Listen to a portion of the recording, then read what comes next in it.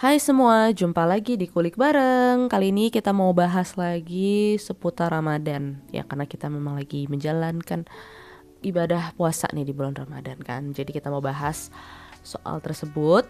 Dan buat teman-teman yang penasaran seperti apa kontennya, jangan lupa untuk subscribe dulu di channel ini. Jadi kita semangat untuk bikin video di setiap minggunya. Oke deh, tanpa berlama-lama, yuk kita mulai videonya.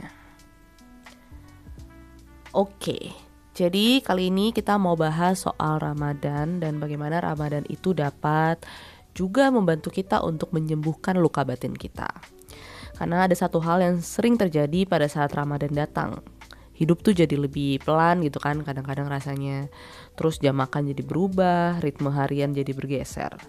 Dan di tengah hidup kita menjadi lebih pelan dan lamban itu, banyak orang mulai merasakan hal-hal yang selama ini ditunda. Kesedihan yang lama disimpan, rasa hampa yang gak sempat dipikirkan, luka batin yang biasanya tertutup kesibukan.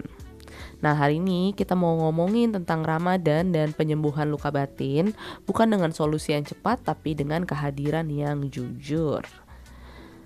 Nah, luka batin tuh apa sih gitu? Luka batin bukan selalu tentang trauma-trauma yang besar. Kadang ia datang dari ya banyak contoh gitu, misalnya nggak didengerin, nggak dipilih, ditinggalkan tanpa penjelasan, atau terlalu lama menahan perasaan sendiri. Nah, luka batin tuh nggak selalu berteriak, ia seringnya berbisik. Ya bisa jadi lewat kelelahan, sensitif yang berlebihan, atau bahkan rasa kosong.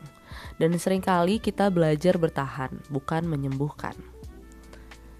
Nah, mengapa sih Ramadan bisa membantu kita untuk menyadari luka kita? Karena Ramadan itu mengurangi distraksi kan. Kita yang gak makan, kita gak minum, terus jadi lebih sedikit lah pelarian atau distraksi yang kita alamin. Nah, saat tubuh berhenti untuk memuaskan keinginan ya tadi ya seperti makan dan minum, akhirnya jiwa kita mulai bisa bicara. Jadi Ramadan ini bisa jadi momen untuk membuka pintu ke dalam tempat luka-luka menunggu untuk dilihat. Nah, banyak orang salah paham, mengira kuat berarti menahan semuanya. Padahal puasa itu bukan tentang mematikan rasa. Puasa adalah tentang menyadari tanpa langsung bereaksi. Kayak gimana sih maksudnya? Ya misalnya lapar datang gitu. Ya kita menyadari oh kita lapar atau kita haus gitu. Atau misalnya kita tiba-tiba pengen marah gitu ya kan, muncul rasa kemarahan. Kita bisa mengamatinya dulu. Kenapa ya aku marah? Dan lain-lain. Terus misalnya kita sedih gitu, kita mengizinkannya untuk hadir dan merasakan kesedihan itu.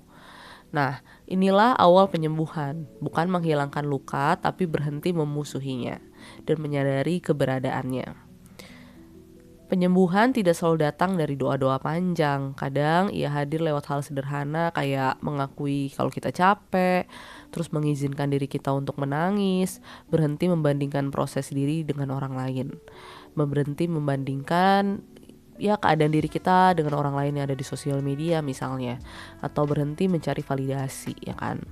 Nah, Ramadan tidak meminta kita menjadi suci seketika, tapi ia mengajak kita menjadi jujur perlahan-lahan. Sabar tuh sering diartikan sebagai diam dan menelan segalanya. Padahal sabar tuh juga berarti bahwa kita tidak memaksa diri untuk sembuh lebih cepat dan tidak menghakimi proses kita sendiri, ataupun kita memberi waktu pada luka untuk bernafas. Kadang-kadang tuh mengasihi diri sendiri itu bukan bentuk dari ego, melainkan adalah pondasi agar kita bisa mencintai diri kita sendiri dengan utuh. Bayangkan Ramadan sebagai satu hal yang bukan sebagai ujian gitu, tapi sebagai ruang yang aman untuk berhenti sejenak, menata ulang hati, memulihkan yang retak, sehingga penyembuhannya gak selalu dramatis, seringkali ia sunyi tapi nyata. Nah, jadi kawan, jika Ramadan kali ini terasa berat, itu bukan tanda iman kita lemah, melainkan tanda jiwa kita sedang meminta perhatian. Tidak semua luka sembuh di dalam 1 bulan, dan ya gak apa-apa juga. Ramadan tidak menuntut hasil, tapi ia menawarkan proses. Nah, itu tadi kulikan bareng kita soal Ramadan dan bagaimana Ramadan bisa membantu menyembuhkan luka batin. Terima kasih sudah hadir dan mendengarkan. Semoga bulan ini menjadi ruang yang aman untuk pulih setahap demi setahap. Dan buat kawan-kawan semua, jangan lupa untuk selalu support channel ini dengan subscribe, komen, like, dan share sebaik-banyaknya ke orang-orang yang kita sayangi.